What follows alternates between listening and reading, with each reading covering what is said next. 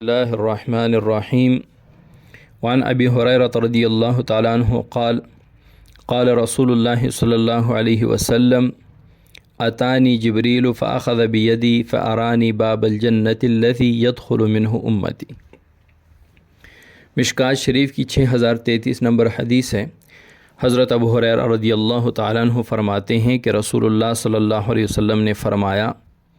اتانی جبریل، آئے میرے پاس حضرت جبرائیل علیہ السلام، فاخذ بیدی، مجھے ہاتھ سے پکڑا، فارانی باب الجنت الذی،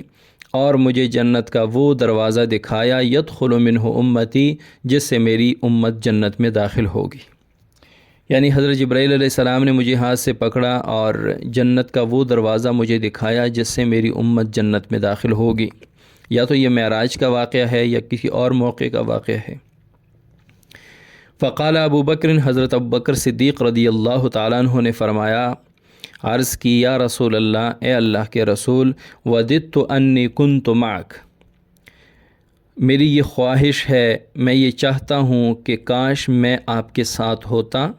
حتی انظر الیہ، تاکہ میں بھی جنت کا وہ دروازہ دیکھ لیتا۔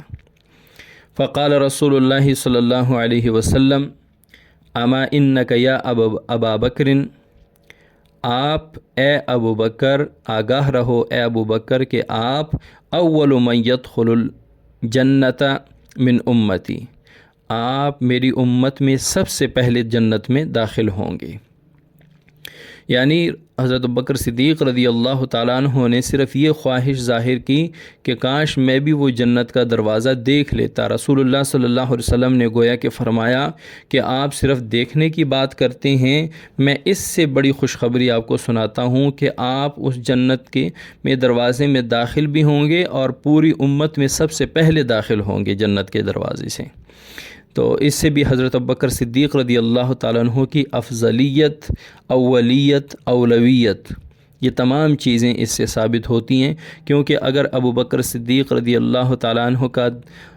کا درجہ تمام امت میں سے بڑھ کے نہ ہوتا تو جنت میں سب سے پہلے داخل نہ ہوتے، یہ بشارت آپ صلی اللہ علیہ وسلم ارشاد نہ فرماتے۔ تو اسے بھی حضرت ابوبکر صدیق رضی اللہ تعالیٰ عنہ کی تمام امت پر اولیت بھی ثابت ہے اور اولویت بھی ثابت ہے۔